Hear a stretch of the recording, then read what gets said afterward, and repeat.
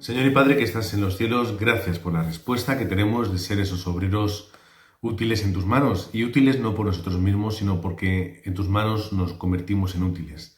Somos ese barro que en tus manos nos convertimos en esa vasija para poder depositar las bendiciones y ese poder que nos lleva a realizar la evangelización del mundo, evangelización que tú, Señor, preparas. Es lo que está en tu corazón, es donde tú destinas tu poder y es lo que te pedimos que tú hagas a través de nuestra vida. Utilízanos, llévanos para hacer esta obra preciosa y perfecta hasta el último de la tierra, ese último de la tierra que comienza en nuestro hogar, que comienza en nuestra vida, en nuestra familia, que sigue a través de nuestro trabajo, nuestro lugar de estudios y que llega y finalmente a ese lugar lejano como es ese fin de la tierra, esas 237 naciones, ese final del mundo en el cual nosotros ponemos también nuestros ojos y nuestro corazón para que tú nos lleves, para predicar el Evangelio que es que Jesús es el Cristo. Y oramos en este nombre, que es sobre todo nombre. Amén. Bienvenidos, hermanos, a este tiempo de oración, este tiempo de palabra, este pequeño oasis que hacemos en medio de la semana. Y no porque no tengamos culto durante la semana, porque todos los días tiene que haber, o tenemos que tener ese culto personal y privado, sino porque es un momento donde lo hacemos de una forma conjunta. Podemos leer el diario de oración, podemos orar, repasamos la palabra, escuchamos el mensaje, tenemos ahí los vídeos desde la sede central, pero aquí también lo que vamos a hacer es estar juntos escuchando la palabra y orando. Así que vamos a comenzar en el libro de Hechos, capítulo 12. Hechos, capítulo 12. Vamos a leer los versículos desde el 6 hasta el 9. Capítulo 12 de Hechos, versículos desde el 6 hasta el 9. Leemos como siempre, todos juntos, la palabra de Dios que dice: Y cuando Herodes le iba a sacar aquella misma noche, estaba Pedro durmiendo entre los soldados, de 2 soldados, sujeto con 2 cadenas, y los guardas delante de la puerta custodiaban la cárcel. Y he aquí que se presentó un ángel del Señor y una luz resplandeció en la cárcel. Y tocando a Pedro en el costado, le despertó, diciendo: Levántate pronto. Y las cadenas se le cayeron de las manos. Le dijo el ángel: Cíñete y átate las sandalias. Y lo hizo así. Y le dijo: Envuélvete en tu manto y sígueme. Y saliendo, le seguía. Pero no sabía que era verdad lo que hacía el ángel, sino que pensaba que veía una visión. El momento en el que Herodes se enoja grandemente, Herodes, como dice el capítulo 22 al principio, echó mano a algunos de la iglesia para maltratarles y mató a espada a Jacobo, hermano de Juan. Este es el contexto cercano, muy breve, pero ese es el contexto cercano, es el ataque de Herodes a la iglesia que está en Jerusalén, esa muerte por espada de Jacobo, hermano de Juan, y vemos que Pedro estaba custodiado 2 soldados, más luego puertas, guardas, etc. Todo problema, toda circunstancia, toda atadura se cae a través del poder de Dios. Pedro no tiene que hacer nada. Pedro solo tiene que hacer una cosa, que es dormir. Solo tenía que dormir. Pedro descansa durmiendo entre 2 guardas, bien custodiado, y en medio de ese sueño, en medio de ese descanso, es que viene el ángel y le saca. Y después Pedro va donde están los hermanos y cuando llega a la casa es Rode que escucha la voz de Pedro, se le ve y dice: no puede ser. Entonces, sin dejarle entrar, dejándole ahí fuera, va corriendo, le grita a todo el mundo: ha llegado Pedro. Nadie se lo cree, será un ángel, no es algo, no nos lo creemos, y finalmente era Pedro. Pedro había salido de la cárcel ileso. Había salido de la cárcel sin ningún tipo de acción humana. No había hecho no había hecho falta levantarse en armas. No había sido necesario crear una turba, pedir, por favor, sal, hacer algo. Cuando Dios quiso sacar a Pedro, Dios le saca. Cuando Dios quiso sacar a Pablo de la cárcel, Dios saca a Pablo de la cárcel. Cuando Dios quiere algo, lo cumple. Y esta es la respuesta que tenemos nosotros en nuestra vida. Cuando Dios quiere hacer algo, lo hace. ¿Qué es lo importante? Que nosotros podamos estar mientras descansando. Es una locura descansar. Al igual que podemos pensar que Pedro estuviese durmiendo tranquilamente, también era un poco una locura que tuviese que llegar un ángel y despertarle para poder librarle de la cárcel, sacarle de ese lugar. Pero es lo que Dios espera que hagamos. Espera el tiempo, espera el momento, espera el horario, porque va a llegar un momento en el cual tú vas a obtener la respuesta. Y la respuesta era esta. Esta era la respuesta. Que tenía que salir Pedro de la cárcel. Es decir, el desastre tenía que acabarse. Y ahí está la respuesta. No hay nada imposible para Dios, no hay una circunstancia que no pueda resolverse, no hay algo que se escape al poder y la mano del Señor. ¿Qué es lo único que Dios espera de nosotros? Lo que espera es que podamos recibir la respuesta en medio del problema. Esto es lo que Dios nos pide. De una forma más obvia podemos ver la respuesta en medio del problema cuando hablamos, también como hemos hecho en muchas ocasiones, de Pablo en la cárcel, cuando a través de ese suceso consigue no solamente dar el evangelio al carcelero, sino a toda su familia. En medio de la cárcel, en medio del problema, en medio de la tempestad, se halla la respuesta. ¿Cuál es la respuesta? Que Dios tiene un plan. Me es necesario que tú vayas a ver al César. Palabras que le llegan por parte de Dios a Pablo. No solamente es algo que Pablo tuvo en su corazón, pues me será necesario ir también a Roma, que dice el libro de Hechos capítulo 19, sino que es algo que ya Dios le está dando como su misión y como lo que va a ocurrir. Tú tienes que ir a Roma. Y en ese tiempo de ir a Roma va a haber tempestades. No se lo dijo, pero Dios sabía lo que iba a ocurrir. Van a haber tempestades, va a haber un naufragio, vais a tener que estar en la isla, va a ser un problema muy grande, un desastre, pero yo te voy a llevar a ver a Roma. O sea, te voy a ver al Papa, voy al Papa, al César, te voy a llevar a ver al César porque es necesario que comparezcas ante él. Esta era la respuesta de Pablo, al igual que estaba el carcelero y al igual que también Dios tenía el horario en el cual ya está bien. Pero ¿por qué entonces muere Jacobo, hermano de Juan, y no muere Pedro? Dios permite que sucedan las cosas y permite que sucedan las circunstancias. Dios lo permite. Y en ese momento Dios recibe a Jacobo entre sus brazos, pero mantiene a Pedro en el campo. Ahora, ¿qué queréis ser vosotros? ¿Jacobo o Pedro? Yo lo tengo muy claro. Si yo tengo que escoger por mí mismo, de una forma egoísta, yo quiero ser Jacobo. A mí mátame, me da igual. ¿Qué cuánto es? Me clavan la espada, en unos segundos estoy muerto y automáticamente ya estoy con el Señor. Ya estoy en su presencia. Ya Dios me está recibiendo en su gloria, donde ya no hay más miedo, no hay más sufrimiento, incertidumbre, temor, enfermedad, malestar, enfado, inseguridad. No hay nada. Y ya voy a su presencia. Yo, egoístamente, quiero ser Jacobo, prefiero ser Jacobo. Pero Dios mantiene a Pedro ahí. Tú te vas a quedar aquí, porque es necesario que hagas ciertas cosas. Entre ellas, estamos hablando del capítulo 12, ya sabemos lo que pasó anteriormente. Es necesario que tú sigas haciendo esta labor de evangelista. Es necesario que tú sigas liderando. Es necesario que tú sigas compartiendo el evangelio.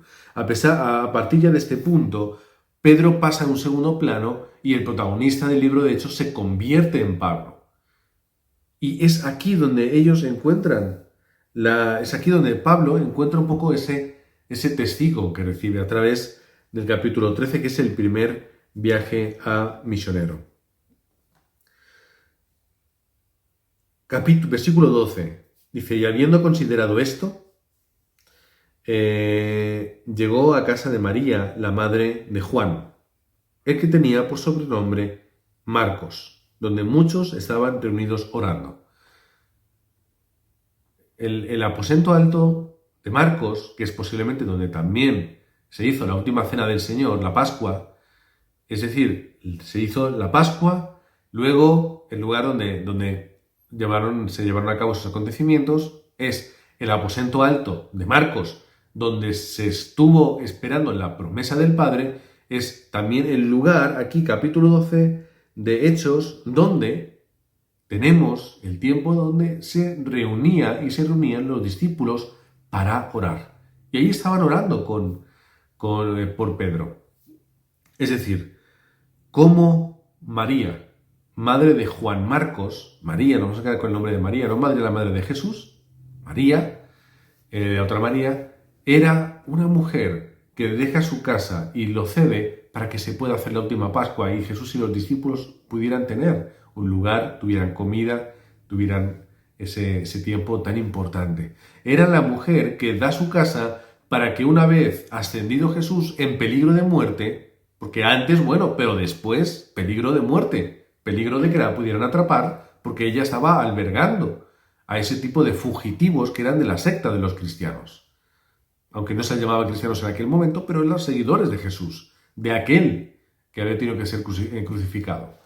Y abre su casa para hacer ese aposento alto, para tener ese lugar de oración, ese lugar de recordar la palabra y de esperar la promesa. Y es además la misma mujer que también deja su casa para que en momentos difíciles, como hemos leído al principio, que Herodes echó mano a algunos de los de la iglesia para maltratarles, una pequeña persecución de Herodes, donde incluso llegó a morir Jacobo, se reunían otra vez y ella deja su hogar para poder hacer esa casa de misión. El segundo punto de este capítulo tiene que ver con esto. María dando su casa como una casa de misión, independientemente de las circunstancias, de los problemas y de los peligros. Ahora, ¿por qué es importante esto? Porque ella estaba comprendiendo el plan de Dios, estaba comprendiendo la palabra, estaba comprendiendo cuál era la misión de su vida. A lo mejor María no era la mejor evangelista o no era una mujer que tuviese muchas virtudes, pero tenía una muy importante que nosotros sabemos que se queda aquí grabada en la palabra de Dios, que era una mujer que daba su hogar y que creó de su casa una iglesia, o mejor dicho, una iglesia regional o una casa de misión, dependiendo del término que queramos encontrar, para la evangelización del mundo. Era su forma de hacer la evangelización. Ese corazón es el que, por ejemplo, aprende al ver los acontecimientos y a ver las obras. Es lo que se da cuenta y consigue, además, enfatizar. Y se enfatiza cuando vemos que además es algo reiterado en varias circunstancias. El aposento alto de María, la madre de Juan Marcos. Y aquí llegamos a ese punto. El corazón de María, las obras de María, la evangelización de María, es que llega a su remanente Juan Marcos. Llega a su remanente Juan Marcos. Y ahí él, como estamos viendo, dice, y Bernabé y Saulo, cumplido su servicio, volvieron de Jerusalén, llevando también consigo a Juan, el que tenía por sobrenombre Marcos. Es decir, ya no era un remanente que estaría creciendo en casa de María, viendo, escuchando y experimentando lo que hacía su madre, sino que ella se levanta como un remanente que es alguien útil para hacer la evangelización del mundo. Y se los lleva no solamente Bernabé, sino también Saulo, Pablo, aquí vuelven a utilizar el nombre de Saulo, como a una persona, un remanente que tenía que crecer en el campo. Y era alguien importante y era alguien relevante que luego además acompañaría en el primer viaje misionero a esos dos. Es decir, formó parte del equipo misionero de Pablo y Bernabé. Yo lo he dicho muchas veces, las misiones no las hacía un señor loco solo o la hacían dos, sino que era un equipo, y a veces equipos grandes, de personas que iban haciendo la evangelización. Y en ese equipo no va la familia de o el amigo de, va Juan Marcos como remanente que había comprendido el Evangelio en gran parte, seguramente, porque su madre le había transmitido, desde que Jesús estaba vivo, el corazón por servir y por dar su vida. Porque si su madre prácticamente entrega su vida y su casa con todo el riesgo de hacerlo, ¿Por qué no va a entregar a su remanente Juan Marcos? Entrega a ese remanente Juan Marcos y va con Pablo, va con Bernabé y luego además, capítulo 13, va en ese viaje misionero con ellos. Es importante esto. De hecho, podemos ver que en Primera de Pedro 5:13 habla y dice que saludos de Marcos, a quien él llamó en ese tiempo mi hijo. Hasta ese punto, Juan Marcos fue alguien que Dios utilizó y que Dios usó para hacer equipo juntamente con estos evangelistas y con estos obreros. Estamos hablando de Primera de Pedro. Luego Pablo también le pide a Timoteo, lo podemos ver en 2 de Timoteo 4:11, dice, toma a Marcos y tráele contigo porque me es útil para el ministerio. Este es el remanente. Pablo, en 2 de Timoteo, carta más tardía, tráeme a Juan Marcos porque me es útil para hacer el ministerio. Porque es un obrero importante. Y no importante por su capacidad, sino porque con él es fácil hacer la evangelización del mundo.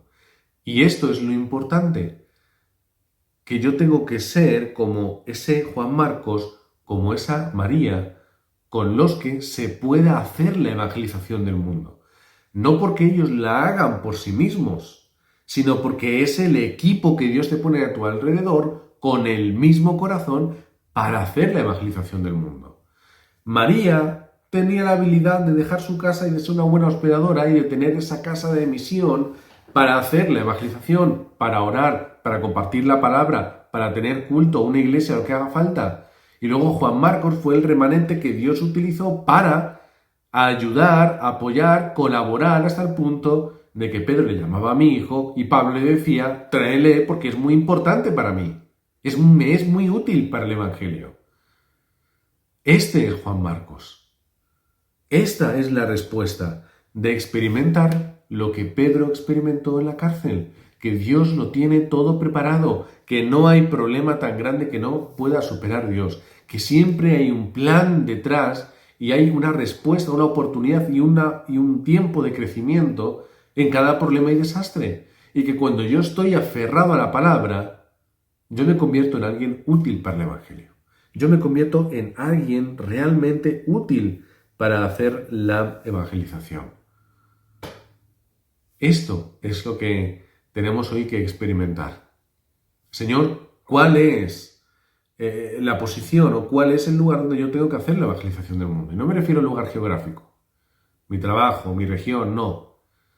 Es decir, ¿cómo yo puedo hacer la evangelización?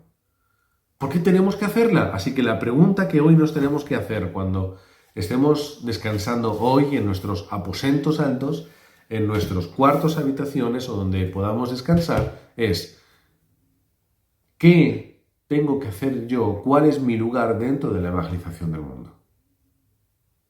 ¿Cuál es mi lugar? Y luego tengo que empezar a buscar ser útil para ello. Tengo que llegar a ser alguien, al igual que encontramos en la palabra de Dios, 2 de Timoteo, aquí 4:11, alguien que Pablo diga, me es útil, quiero que esté conmigo haciendo la evangelización del mundo. O que alguien diga, necesitamos un lugar para orar y para compartir la palabra. ¿Dónde vamos? ¿Dónde vamos?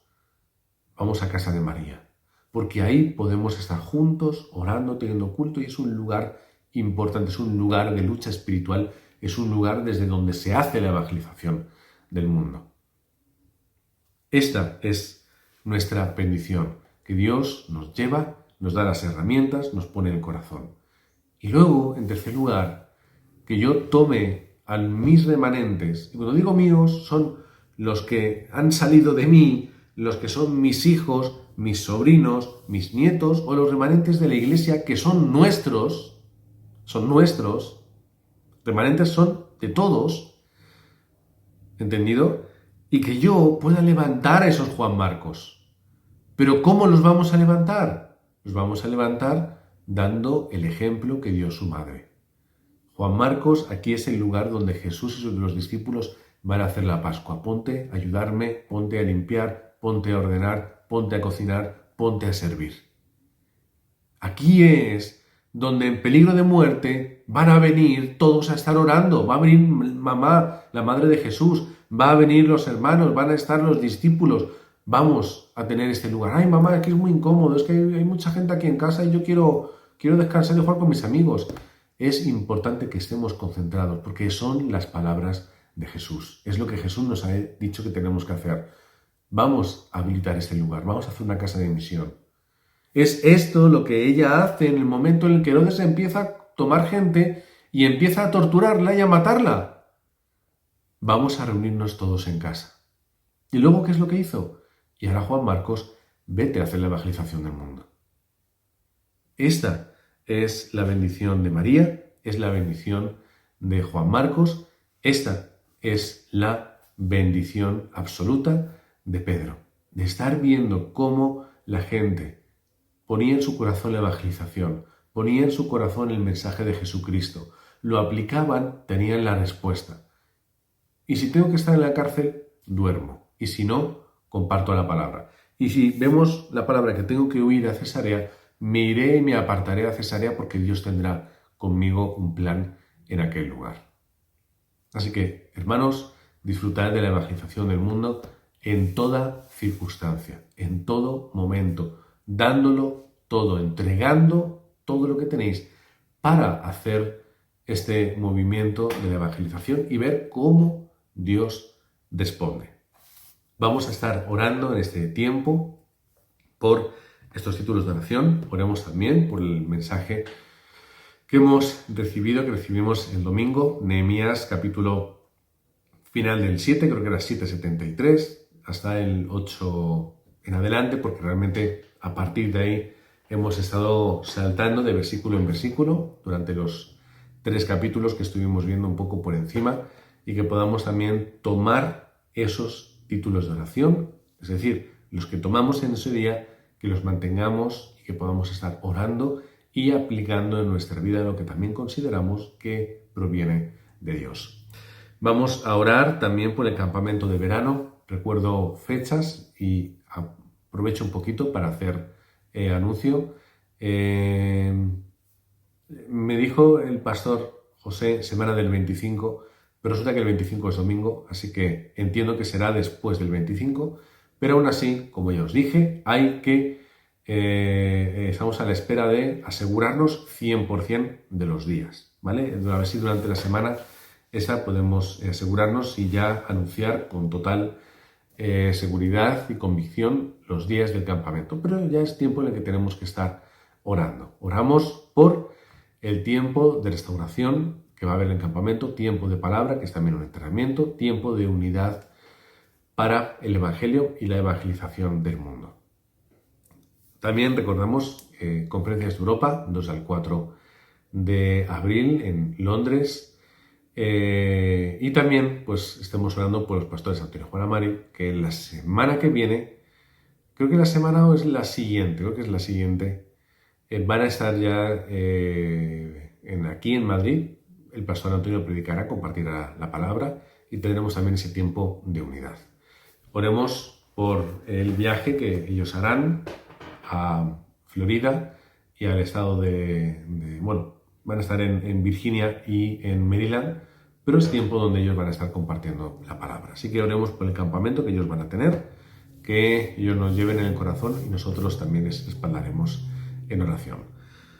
Vamos a orar por los títulos de oración que también tenemos siempre en la iglesia, pues en tanto manteniéndolos, como dice el pastorío, esos 3 atrios, esas tres tareas principales que tenía que tener el templo y que tiene la iglesia, que es la sanidad, son los remanentes y las 227 naciones. Vamos a orar. Señor Padre, que estás en todo momento con nosotros, no nos abandonas ni un segundo.